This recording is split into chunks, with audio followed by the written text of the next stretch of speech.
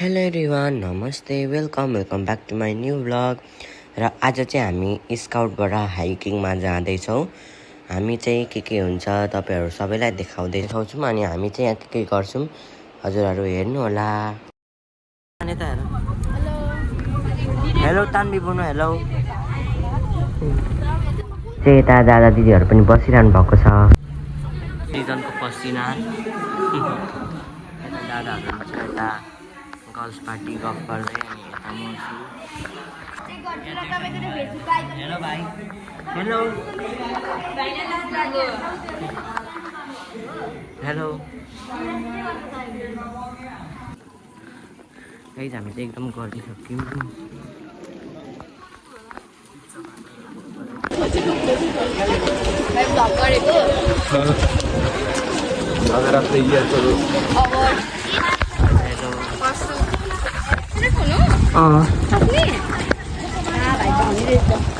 हेर्न सक्नुहुन्छ यता तालतैलातिर छेउको चाहिँ वेदर कस्तो राम्रो छ, हरियालीहरू।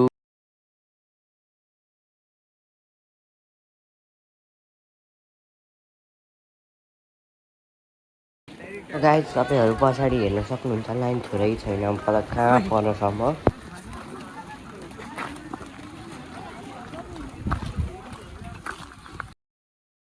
सो गाइस हामी चाहिँ 2 घन्टा जति हिँडेपछि तालतैला फाइनली पुग्यौँ गलेर। हामी चाहिँ फाइनल्ली तालतैला आइसक्यौँ। कस्तो फिल भयो हेर्न सक्नुहुन्छ, आउँदै हुन्छ पछाडि। अनि यहाँ चाहिँ हेर्न सक्नुहुन्छ तालतैलाको खोला। अब हामी चाहिँ यो ठाउँ हामीलाई दिनुभएको थियो र अब हामी यहाँ सफा गरेर चुलोहरू बनाएर अनि हामी खानाहरू पकाउन थाल्छौँ। गाइस यहाँ चाहिँ हामी सफा गर्दैछौँ, हेर्नु होला। अब चाहिँ हाम्रो खाना पकाउने बेला हुन आँटेको छ र टाइम स्टार्ट भन्ने बित्तिकै हामी सबैजना खाना पकाउन थाल्छौँ।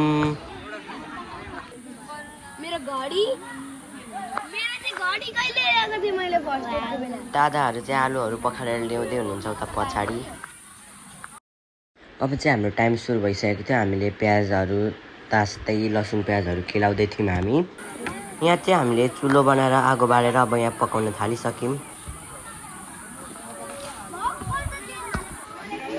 मैले अचार बनाइसकेँ अनि यहाँ दादाहरू काम गर्दै हुन्छ, यता टिमवर्क हुन्छ होइन। अनि रिजन पनि काम गर्दैछ,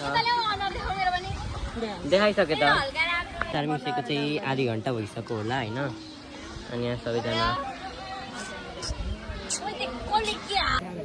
गाइस यहाँ चाहिँ पनिर पाक्दैछ, यता माम पाक्दैछ अनि यता बुनुहरू दिदीहरू सफा गर्दै हुनुहुन्छ। गाइस हाम्रो पनिर चाहिँ रेडी भइसक्यो, हेर्न सक्नुहुन्छ कस्तो मिठो देखिरहेछ र खाँदा पनि मिठै होला। हामीले चाहिँ सबै खानाहरू पकाएर अब यहाँनिर राखिसक्यौँ। हेर्न सक्नुहुन्छ तालतैलाको भ्यू कस्तो दामी छ। अब चाहिँ हामी फर्किँदैछौँ। यहाँनिर चाहिँ राष्ट्रमावि स्कुलको दीक्षान्तको प्रोग्राम पनि हुँदैछ, हेर्न सक्नुहुन्छ।